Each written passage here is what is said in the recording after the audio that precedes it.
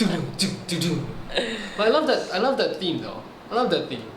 Welcome to another episode of The Real Show. Hello! Livie is with us, and on this episode, we're going to discuss about Terminator Genisys, or as I would like to say it, Genisys. Genisys. I know the way they It's spell it. so weird. So weird. Terminator Genisys. Anyway, It's Skynet. Have you seen? Okay, you have not seen these trailers for Genisys, have No, you? I haven't actually. I actually went to watch the movie without actually having watched any of the I am trailers. so envious of you because the trailers gave everything away. Oh, they did? They gave the whole plot away. It's ridiculous. And they spoiled the best parts of the movie. Already in the trailer? It's everything's in the trailer. Let me tell you. Let me run this down for you. By the way, this is spoiler, yeah? So, first one is Arnold facing Arnold. We just talked about Yes, this. The yes. 90s Arnold Facing the 80s Arnold. And you know that scene when the 90s Arnold came and he said, "I've been waiting for you." Yes. And then the camera pans to him and then you remove the hoodie and then start shooting. Yeah. That was a fantastic scene, I thought. But that came out in the trailers.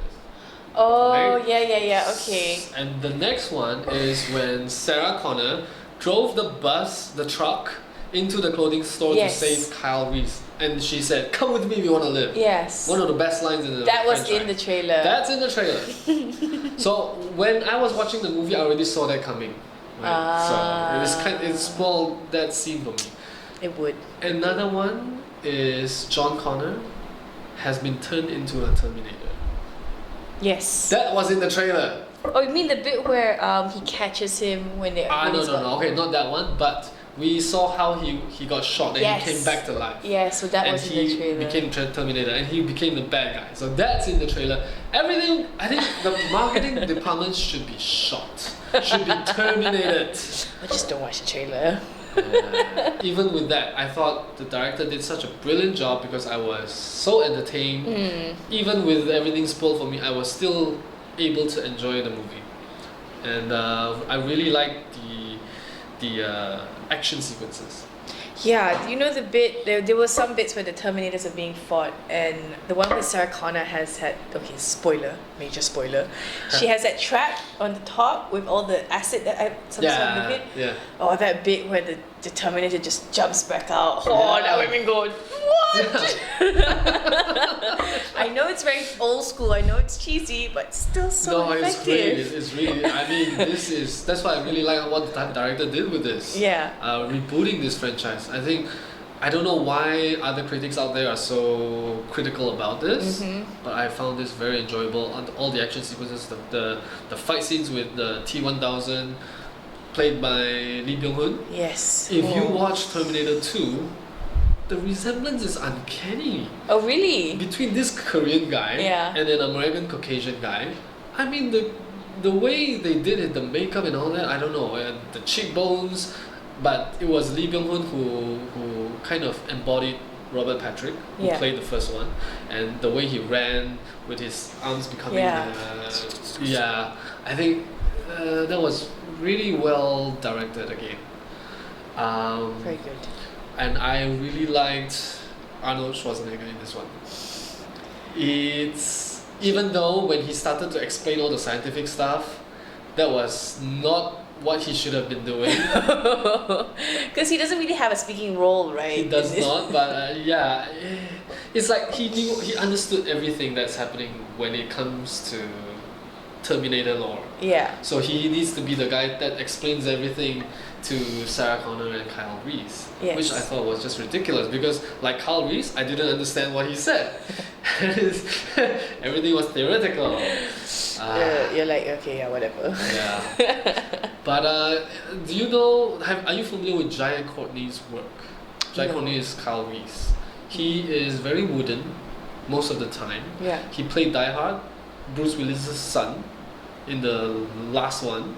Oh, wow, he's grown. Really? Yeah. Oh, yeah. His body is bigger. Yeah, he's changed. But this one, I did not find him as annoying as what I've seen him do before.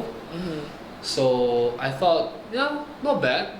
he kind of carried himself well, although the chemistry between him and Emilia Clarke was lacking. Yes, so lacking. You're like, for someone who's actually meant to be in love and making babies, you're like, well, we But don't then see again, it. it was too fast. It was so fast though. Yeah. Everything Even was though they like jumped they through did. time, they I don't think they even had time to focus on just the two of them, like no, to build that yeah. relationship up. No. But well, it's not really about them, even though that they are the reason why John Connor exists. Precisely. Yeah. And how John Connor becomes a Terminator. So one of the best things I loved about this movie was the story, how it kind of relates back to the first one. Yes. Because I watched the first and second one the day before I went to watch this one. See, I should have done that. You should have done that. And if anyone who hasn't done that should do that, because a lot of the first half of the movie was focused on the first movie, the original movie. You know, when Arnold first came, the 80s Arnold. Yes. That whole scene was recreated the same way as the original. So very interesting. Even with Kyle Reese running in the clothing store, trying to grab the clothes and the shoes, exactly the same, shot for shot. Recreated following the original. So that I thought was done very well. That's always a smart move to do when you follow the original rather than you. So, but this is a reboot? Is this Terminator Genisys a reboot? It's kind of, it's rebooting the franchise, but it's more like the to me, it is the worthy sequel to the first and second one. The third and the fourth one was not good. Especially the fourth one. The fourth one was cannot remember the third or the fourth to save my life, but I'm gonna have to say Arnold looks good. Yeah, he does. But on that first scene where Arnold attacks that massive version of Arnold, that's an 80s, the 80s Arnold, that was CGI. Their face was CGI onto a Russian bodybuilder. Yeah, I didn't know until you told me just now, because I thought they just used the same footage from the first one. No, they had to CGI, I think, some things. Well, they did very well because it looks exactly the same as the original. Right? Yeah. And then didn't know until you actually read up, like you find out from like websites and stuff, and you find out, oh, wow, they did actually CGI another face onto another person's face. Yeah. Hollywood magic. Hollywood magic. But really loved it. I really enjoyed it. Kept me on the edge of my seat. Mm-hmm. And I think there was a time where there was that scene where it unfolds that John Connor is a Terminator.